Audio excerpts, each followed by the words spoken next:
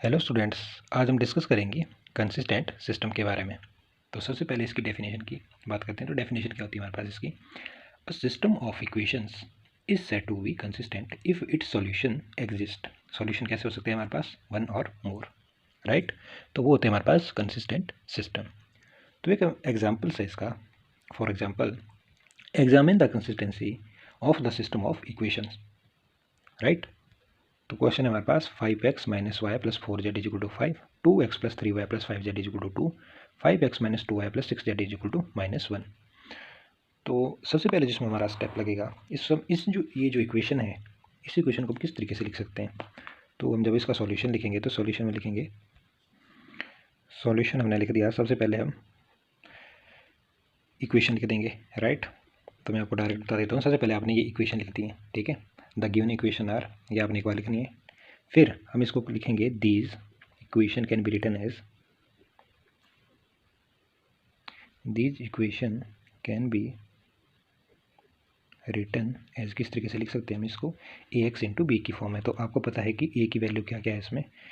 5 2 5 -1 3 -2 4 5 6। इतना तो आपको पता ही होगा कि हम किस तरीके से इसकी वैल्यू लिखते हैं, ठीक है। 5 2 5, राइट, -1 3 -2 4 5 6, ये होगी हमारी किसकी वैल्यू? ए की, ठीक है। एक्स की वैल्यू क्या है? X Y Z, right, X Y Z. यहाँ तक क्लियर है? इज इक्वल टू बी की क्या वैल्यू है हमारे पास? बी की होती है हमारे पास ये वाली वैल्यू 5 2 -1, राइट। तो किस फॉर्म में लिखा हमने? ये लिखा हमने A X is equal to B की फॉर्म में, ओके।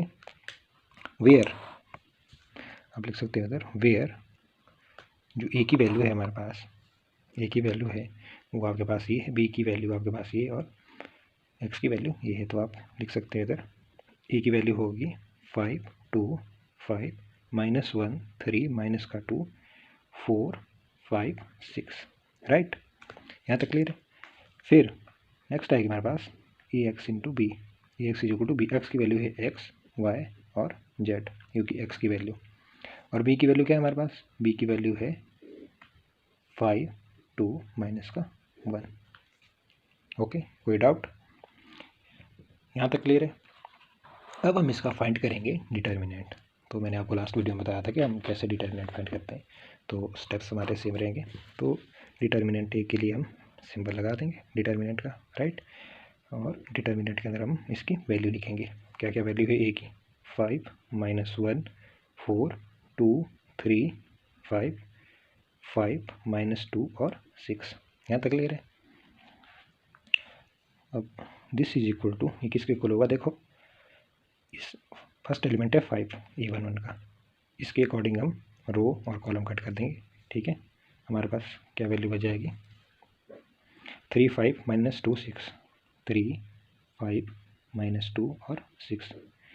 यहाँ -1 है हमारा, इधर नेगेटिव का साइन लगेगा ही लगेगा, राइट। और इधर -1 है तो -1 इंटू माइनस का साइन, तो ये बन जाएगा हमारा प्लस का 1। आप इस तरीके से भी लिख सकते हो, ठीक है। और आप डायरेक्ट 1 भी लिख सकते हो, ठीक है। -1 इंटू -1 हो गया +1। इसको हम, इसके अगेंस्ट हम कॉलम और रो कट कर देंगे तो एलिमेंट बच जाएंगे 2 5 5 6, 2 5 5 6, ओके। अब नेक्स्ट जो हमारे पास वैल्यू है वो है 4, तो प्लस का आ जाएगा 4। और कौन कौन सी वैल्यू?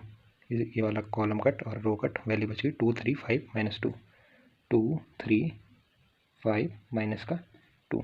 ये आपने इस तरीके से लिख देना है। यहाँ तक क्लियर है? फिर आपने कैलकुलेशन करनी है। 5 का 5 एज इट इज़, 3 इंटू 6 हो गया हमारे पास 18, नेगेटिव का साइन आएगा ही, ठीक है। -2 इंटू 5 हो गया माइनस का 10, तो इधर माइनस है तो माइनस माइनस हो जाएगा प्लस, प्लस का आ जाएगा 10।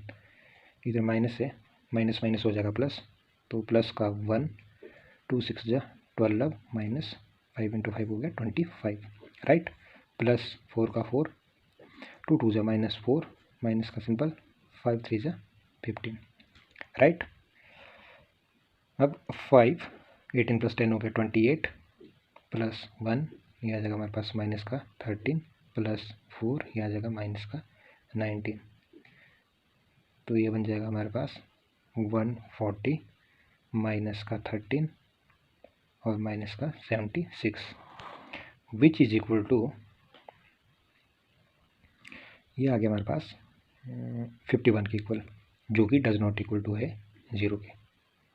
ओके, तो जो डिटर्मिनेंट ए है हमारे पास, डिटर्मिनेंट ए है वो डज नॉट इक्वल टू 0 है। तो इससे हम बोल सकते हैं कि जो इसका जो ए इन्वर्स है वो एग्जिस्ट कर रहा है, राइट। तो देयरफॉर हम लिखेंगे कि ए इन्वर्स एग्जिस्ट, बोल देंगे देयरफॉर जो ए इन्वर्स है वो क्या कर रहा है हमारे पास, एग्जिस्ट कर रहा है, right.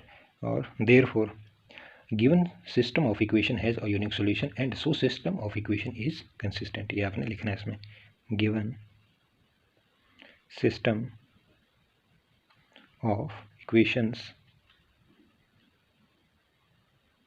Has a unique solution. Okay, मैंने शॉर्ट फॉर्म में लिखा है solution and so system of equation is consistent. तो ये था हमारा आज का जो टॉपिक कि जो हमारा कंसिस्टेंट सिस्टम क्या होता है। ओके, और इसकी डेफिनेशन क्या है ये आपको पता लग गया, ठीक है। फिर इसका हमने एक एग्जांपल किया कि हम इसको कैसे सॉल्व करते हैं और हमें कैसे पता चलता है कि ये सॉल्यूशन जो है इसका ये कंसिस्टेंट है कि नहीं है, राइट। अगर जो इसका डिटर्मिनेंट ए है वो डज नॉट इक्वल टू 0 है, राइट, तो हमारे पास ए इन्वर्स एग्जिस्ट करता है। अगर ए इन्वर्स एग्जिस्ट करता है तो हम बोल सकते हैं कि given system of equation has a unique solution and so system of equation is consistent, right.